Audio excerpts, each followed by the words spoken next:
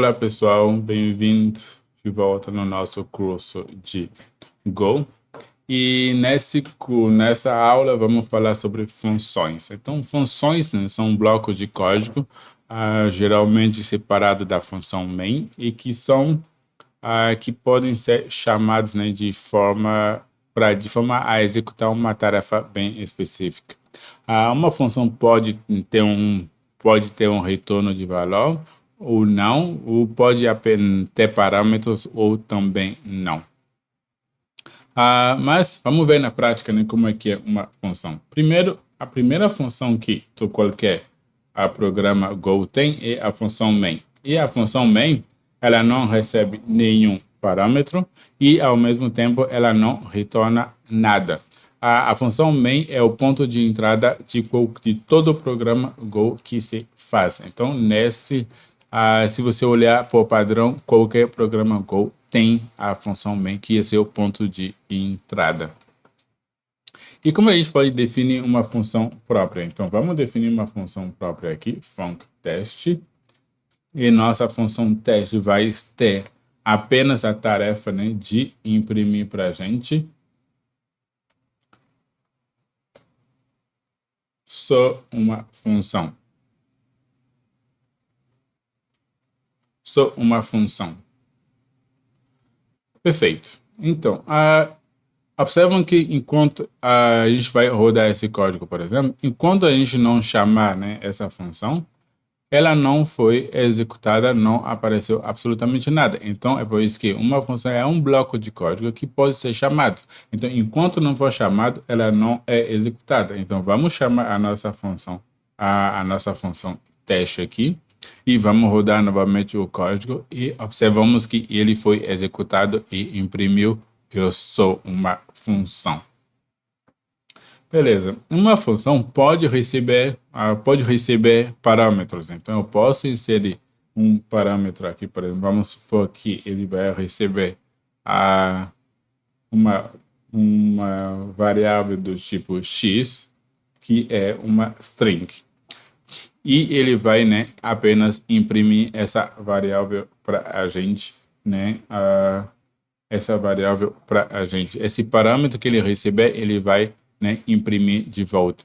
Então, eu posso, né, passar. Quando eu chamar a função, eu vou ter que passar esse parâmetro, esse argumento para ele, senão vai ter um erro, né, de que não há argumento suficiente para que essa função seja executada. Então, eu vou, né, botar aqui que eu sou uma função Go. Então, vou alterar aqui, né, 2 pontos, né, e vou rodar esse código e vamos ver que ele vai retornar que ele é uma função Go. Perfeito. Uma vez definido isso, a gente pode, né, repetir essa função várias vezes. Então, é um bloco de código que pode ser chamado quantas vezes forem necessárias, né, para a gente resolver um determinado problema. Então, eu posso dizer, eu sou uma função Python, sou uma função Java, sou uma função REST. Então, assim, a gente pode, né, chamar quantas vezes for precisamos, né, necessitamos a nossa função para ela executar uma tarefa bem específica. Eu vou definir novamente. Uma função pode ter um retorno. Então, eu vou definir aqui uma função soma, que vai devolver para a gente, que vai ter um retorno. Então, eu vou aqui, func soma, que vai receber um inteiro x e um outro inteiro y, e vai retornar para a gente um inteiro. Observam que aqui dentro da linguagem Go, o tipo, né, do retorno é definido depois da declaração do nome, né, da nossa função. Em outras linguagens, ela é definida antes, mas aqui em Go ela é colocada depois o tipo do retorno. Então, eu vou apenas dizer return x mais y. Perfeito. Então, a gente nem definiu agora, né, o que seria, né, o retorno da nossa função soma, e a gente pode simplesmente chamar ela para que ela possa ser impressa, né? A gente pode, né, chamar o print ela aqui e dizer soma, passar para ela os dois argumentos para ela ser executada e vamos ver que ele vai imprimir para a gente 5, né? Ele fez a soma. A gente pode também criar uma variável. A gente pode também criar uma variável para receber os valores, né, do retorno, que vai ser igual a soma. E vamos passar para ele 10 e 5. E vamos agora, né, fnt.print, imprimir a nossa variável z. Então, a gente pode também armazenar numa variável o retorno da nossa função. Vou rodar o meu código e observam que ele efetivamente, né, fez o cálculo e devolveu para a gente. Uma função também pode ter retornos múltiplos. Ou seja, a gente pode retornar vários valores, né, dentro da nossa função. Mas antes, vamos ver a questão da definição da função aqui. Por exemplo, aqui a gente definiu a função soma como, né, como um inteiro x e um inteiro y.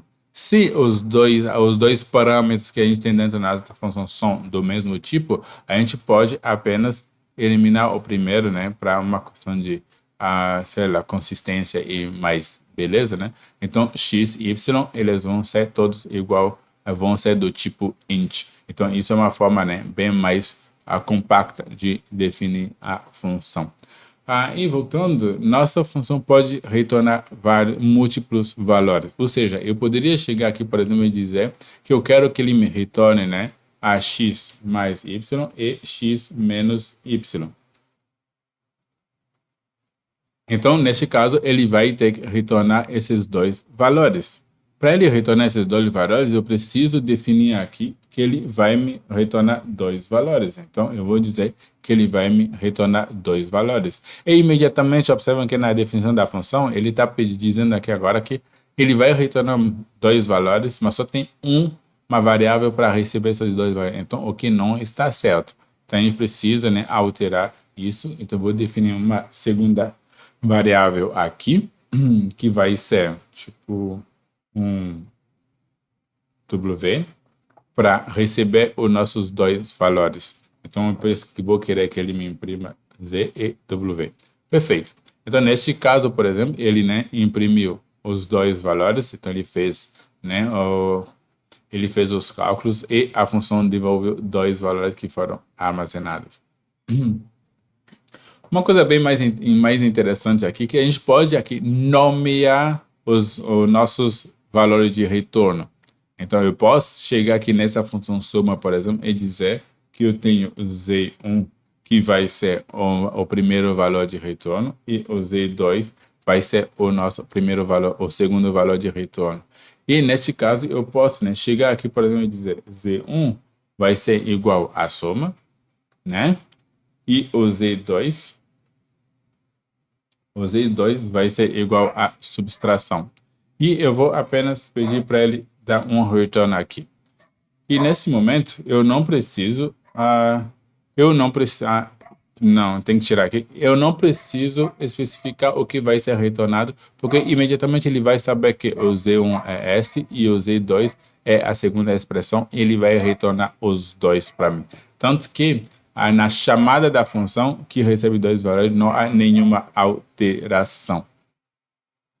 E rodando, o código funciona normalmente e sem nenhum problema.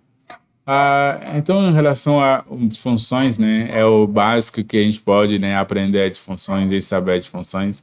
E funções são muito usadas, se não fundamentalmente usadas, né, dentro do Go. Então, é bom saber e poder usar elas, né, de forma correta. Na próxima aula, vamos ver um uso mais avançado, né, de funções e outras maneiras de usar funções.